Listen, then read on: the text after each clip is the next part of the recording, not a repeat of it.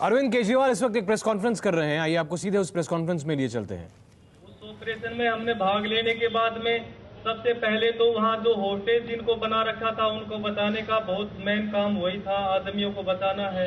उसके बाद वो काफी बड़ी बिल्डिंग है, उसमें कोई 2500 कमरे बताते हैं, 22 मंजिल का है होटल। उसमें लाइट न होने की वजह से अंधेरा, और मिलिटेंट पर हम वैसे फायर नहीं कर सकते बगैर उसकी पहचान के, क्योंकि वो पब्लिक के बीच में है। तो उस चीज को हम पूरा फॉलो करते हुए चल रहे थे। वो एक जगह से दूसरी जगह बदली कर रहे थे जगह को। ये लगते चलते चलते उन्होंने लास्ट 28 तारीख को रात करीब 11:30 के आसपास एक ग्रेनेड फेंका वहाँ नीचे बार के अंदर। हमने उनको घेर रखा था 2 मिलिटेंटों को। उस ग्रेनेड की चपेट में भी आ गया, मेरे को भी स्प्लेंडर लगे और मैं जख्मी हो गया और मुझे सुनना बंद हो गया। मैं जख्मी होने के बाद भी वहाँ लड़ता रहा और लास्ट टाइम तक उन मिलिटेंटों को मौत के हाथ उतारने में मैंने मुख्य भूमिका के तौर पर काम किया था। 2 मिलिटेंटों को वहाँ मौत के घाट उतारा। आपको पेंशन क्यों नहीं मिल रही है, क्या कारण है? पेंशन सर, मेरे को यहाँ से ये बोल रहे हमने केस आपके रिकॉर्ड को भेज दिया गया है। मैं रिकॉर्ड में 2 बार वहां जाके आया, जबलपुर ग्रेनेडियर रिकॉर्ड से मैं ताल्लुक रखता हूं। तो वहां जाने के बाद मैं पहले गया, उस पर कुछ अमल में नहीं आया। बाद दोबारा फिर गया तो अब वो बोले हमने केस को वहां भेज दिया है इलाहाबाद सीडीए को। इस बीच में एक झज्जर के अंदर जनरल साहब की रैली हुई थी, जो वीके सिंह ने वहां पे रैली की थी, जनरल साहब ने हमारे ने। मैंने वहां भी बताया था, वहां पॉइंट किया था, जो बंदे आए हुए थे साहब को नहीं, उन्होंने मेरे को नीचे वालों से ही मिलवा दिया था। अब मेरे को एक चिट्ठी प्राप्त हुई वहां रिकॉर्ड से पहले। उन्होंने लिखा आपकी सर्विस 13 साल 14 साल 3 महीने 10 दिन है। अगर आपकी सर्विस 15 साल होती तो हम आपको सर्विस पेंशन पीपीओ इश्यू होता। 15 साल से कम सर्विस वाले को पीपीओ नंबर इशू नहीं होता है। और जबकि 14 साल वाले को 1 साल का टाइम वो बढ़ा सकते हैं, उनको ऑथोरिटी रहती है।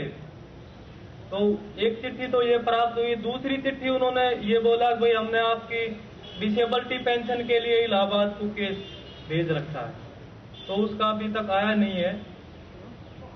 आपको जो मेडिकल है, 1 मिनट मैं आपको क्लियर कर देता हूँ, फिर आप पूछ लीजिएगा। आप ही के सामने बैठे हैं, वो कई सारी चीजें बता नहीं पाया, मैं आपके सामने ये प्रश्न पूछ रहा हूँ। आपको जो मेडिकल नहीं मिल रहा, अभी तक कितना पैसा आपने अपनी जेब से खर्च कर दिया मेडिकल के लिए?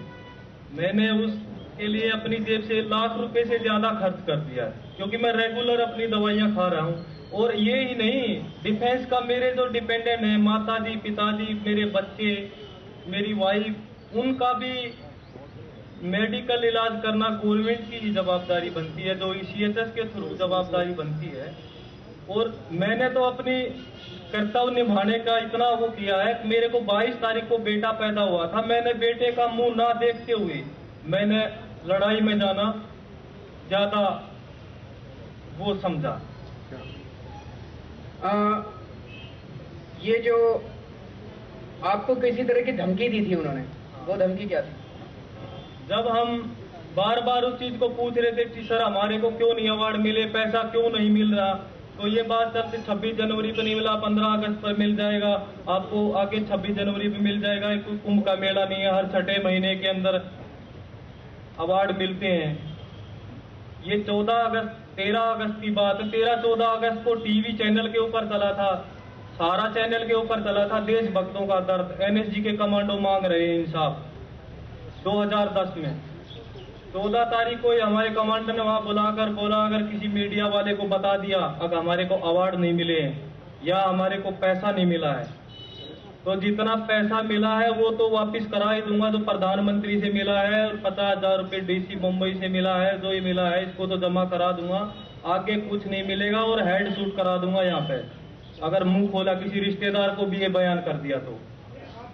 ये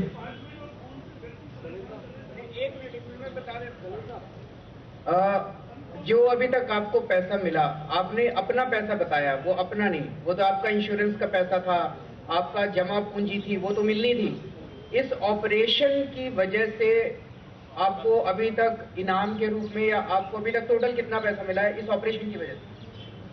इस ऑपरेशन की वजह से मेरे को यहाँ से 1 लाख रुपए प्रधानमंत्री की तरफ से मिला है, और 50,000 रुपये DC मुंबई की तरफ से मिला है, और 78,000 कुछ रुपए कमांडो से कलेक्ट किया वो मिला है।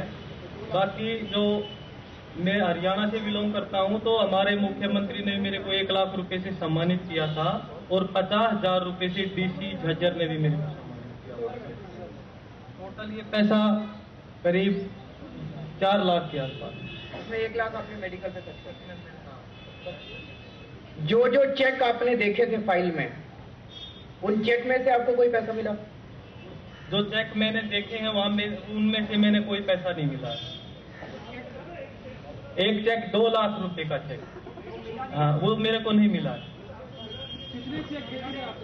ये बता रहे हैं इन्होंने RTI में जब फाइल का इंस्पेक्शन किया, उस फाइल में रोहन मोटर्स लिमिटेड ने 2-2 लाख रुपए सारे इंजर्ड लोगों के लिए और 10-10 लाख रुपए 2 डिसीज्ड के लिए भेजे थे।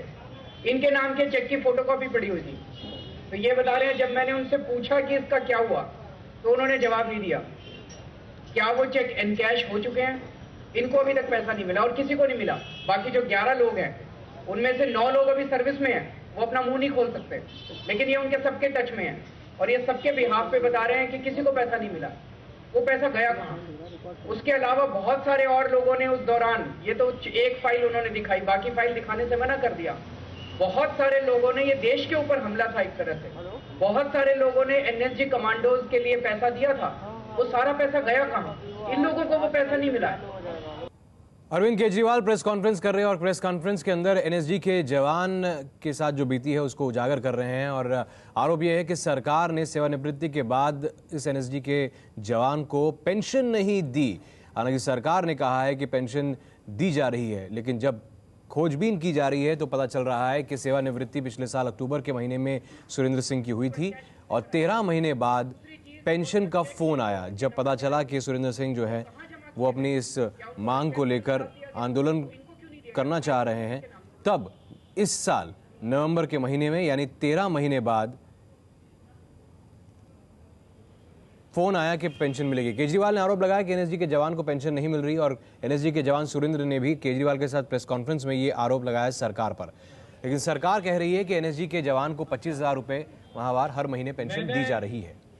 सवाल यह है कि क्या सरकार गुमराह कर रही है, और ये इसलिए क्योंकि अक्टूबर 2011 में सुरेंद्र सिंह रिटायर हुए, सेवानिवृत्त हुए, पेंशन की अर्जी उनकी खारिज हुई, और अब 13 महीने बाद नवंबर के महीने में 16 तारीख को, इसी महीने की 16 तारीख को फोन के जरिए बताया गया कि आपको पेंशन मिलेगी। सीधे चलते हैं प्रेस कॉन्फ्रेंस में, सुनते सुरेंद्र सिंह क्या कह रहे हैं।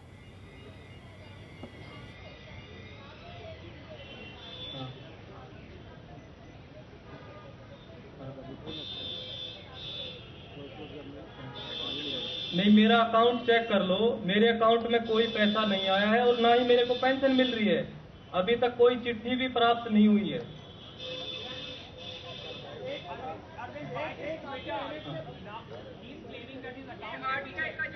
इस RTI के जवाब के हिसाब से सरकार ने टोटल 2,28,000 दिए। अब ये ट्विटर पे इंफॉर्मेशन देने का क्या तरीका मुझे समझ नहीं आया। ये RTI का जवाब है। RTI ऑफिशियल है कि ट्विटर ऑफिशियल है? अच्छा, उसके बाद में ये झूठ बोलने वाली बात है। अगर मेरे को मिल जाता तो मैं यहाँ किस लिए आता? मैं मूर्ख थोड़ा हूँ जो मैं देश को इकट्ठा किया, पूरे देश में अपनी आवाज को बुलंद करने के लिए। मैं तो 13 महीने से घूम रहा था। अब मैं नाम नहीं बताना चाहता, मैं किसी कोई बंद मैंने नहीं छोड़ा जिसके दरवाजे पे मैं नहीं गया हूँ।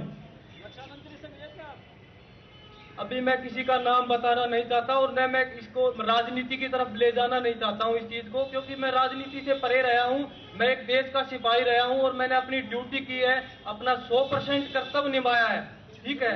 और इस कर्तव्य का मुझे ये सवाल जवाब ये किससे मिले? मैं एक सभी से मिला हूँ, चिट्ठी भी लिखी है।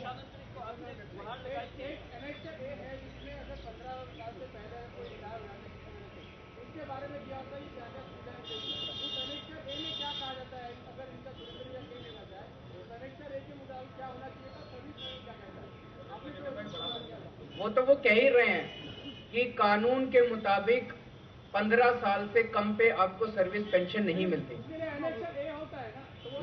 जो भी एनेक्शर होता है। ये तो कह रहे हैं कि 15 साल से कम में आपको पेंशन नहीं मिलती। इनको 14 साल 3 महीने 10 दिन हुए। सरकार 2-3 चीजें कर सकती थी। पहली चीज तो हम इस देश के लोगों से जानना चाहते हैं क्या हमें इनके ऊपर गर्व है। अगर हमें इनके ऊपर गर्व है तो आपको 7-8 महीने तो और इनसे नौकरी करवानी थी। आपने इनको 14 साल 3 महीने 10 दिन पे क्यों नहीं निकाला? आप 14 साल पूरे करवा के निकाल देते, 15 साल पूरे करके निकाल देते। दूसरा, आप उस पार्ट ईयर को फुल ईयर डीम कर सकते हैं। It can be deemed as a full year. आप वो भी कर।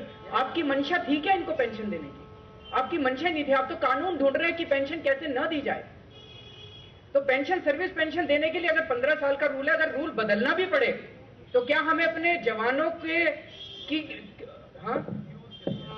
मेरा कहना यह है कि वो हमारे मित्र पूछ रहे थे कि रक्षा मंत्री से मिले या नहीं मिले। एनएसजी जो है वो होम मिनिस्ट्री में आता है, उसके लिए रक्षा मंत्री से मिलने की आवश्यकता नहीं, मैं बता दूं।